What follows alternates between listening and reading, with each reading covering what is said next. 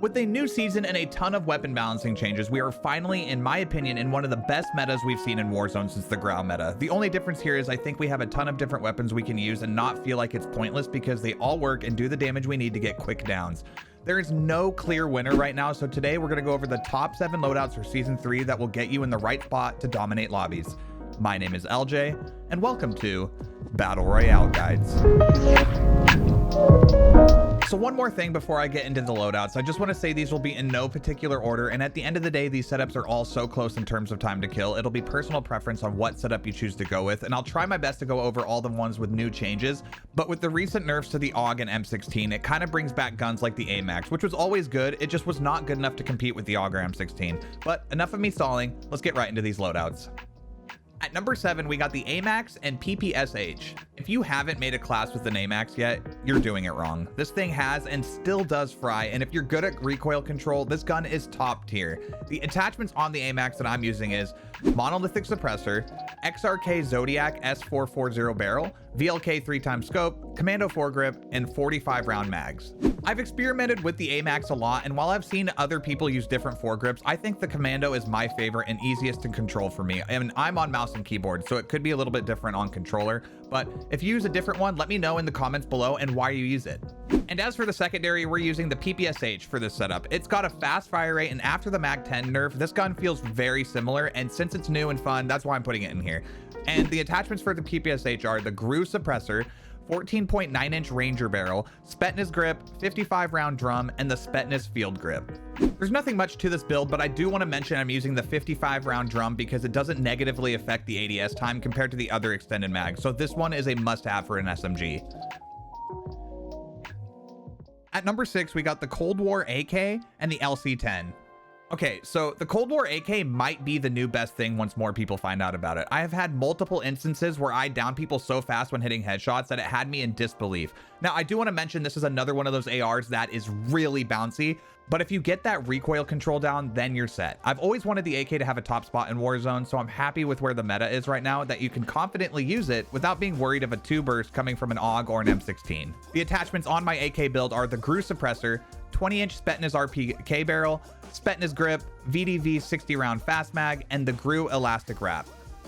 And as for the secondary, we're using the LC10. The attachments on the LC10 I'm running is agency suppressor, 13.9-inch task force barrel, SFOD speed grip, salvo 52 round fast mag, and the Raider stock.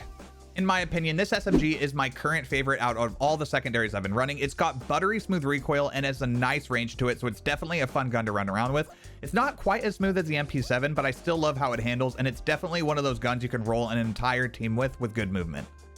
At number 5, we got the XM4 and the LC10. The LC10 makes it onto a couple of these setups, but it's just that good, so I think it's warranted. As for the XM4, these are the attachments I'm running. The agency suppressor, 13.7-inch takedown barrel, field agent grip, salvo 60 round fast mag, and the Raider pad. The XM4 is another one of those guns I was hoping to be one of the best when the Cold War guns dropped in Warzone, but it was shadowed by the DMR and the tactical rifle meta. I did use it when it first came out, and it was okay, but it wasn't that great compared to the AUG, the DMR, the M16 when they first came out. But now I feel like we're in such a good spot and the meta is so balanced, it's hard to choose a clear winner, but this is definitely up there with some of the best. It's got pretty quick time to kill and handles well. And as for the LC10, it's the exact same as the last one, so I'll just relist the attachments now, and then we can move on. Agency suppressor, 13.9-inch task force barrel, SFOD speed grip, salvo 52 round fast mag, and the Raider stock. At number 4, we got the Krig and the Modern Warfare MP5. This setup is one of my favorites. I've been waiting for the Krig to be good in Warzone, and it's finally getting its time. The attachments I'm using are the agency suppressor, 19.7-inch takedown, field agent grip, salvo 60 round fast mag, and the Raider stock. With the Krig being so good in Cold War, a lot of people were kind of just waiting for it to be viable in Warzone, but unfortunately, alongside all the other ARs, it just wasn't strong enough on release. But again, with all the weapon balancing and this new Season 3 update, it's finally in a spot where you can run it with ease. I love the recoil on this gun, and the damage output is very nice, and pairing it with the Modern Warfare MP5 build makes it one of my favorite tryhard setups. The attachments on the MP5 are the 5mm laser, the Merc foregrip, 45 round mags, stippled grip tape, and the FTAC collapsible. For a while I was running sleight of hand instead of the stippled grip tape, but the reload is already quick enough and the added ADS time you get with that grip tape is insane. This build is for the speed demons in Warzone, and it will really complement good movement. One of the quickest and most fun SMG builds I use. At number 3, we got the new Swiss Sniper and the Bullfrog. Okay, this one is for you snipers out there. The Swiss is a nice little addition this season. The attachments I'm currently running are the 24.9-inch extended, patrol bipod, SOF target designator, drop shot wrap, and the wire stock. I don't know if anything will ever fully replace the Kar 98 with how it shoots, but this one's definitely worth trying out to see if you like it.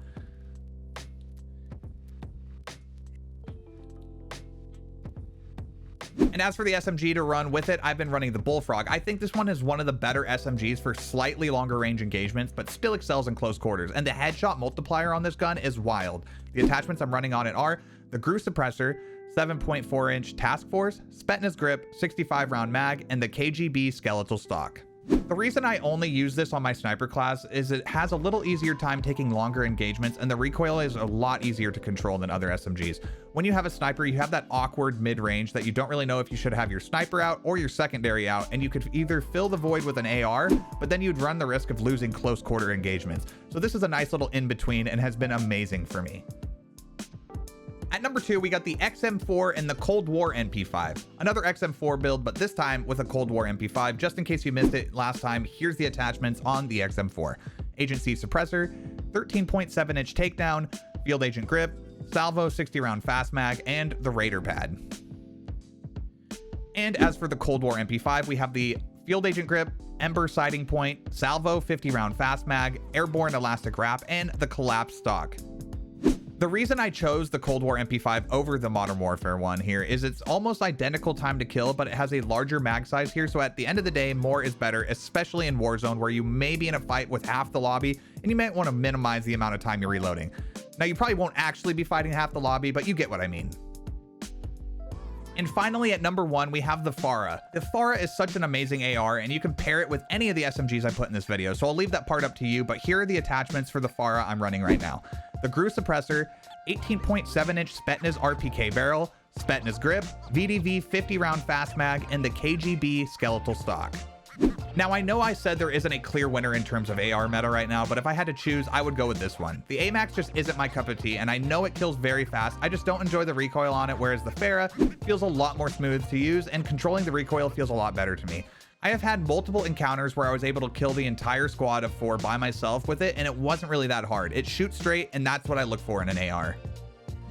Okay, guys, that's going to do it for today's video. If you enjoyed and think you will be running one of these setups in your loadout, be sure to drop a like. And if you have any setups we may have missed, let us know in the comments below. I'd love to see what you guys can come up with. And if it sounds good enough, I may try running it in my future games. Also, if you haven't already, don't forget to smash that subscribe button and notification bell so that you never miss an upload. And be sure to follow us on Twitter at BR_guides and on TikTok and Instagram at Battle Royale Guides.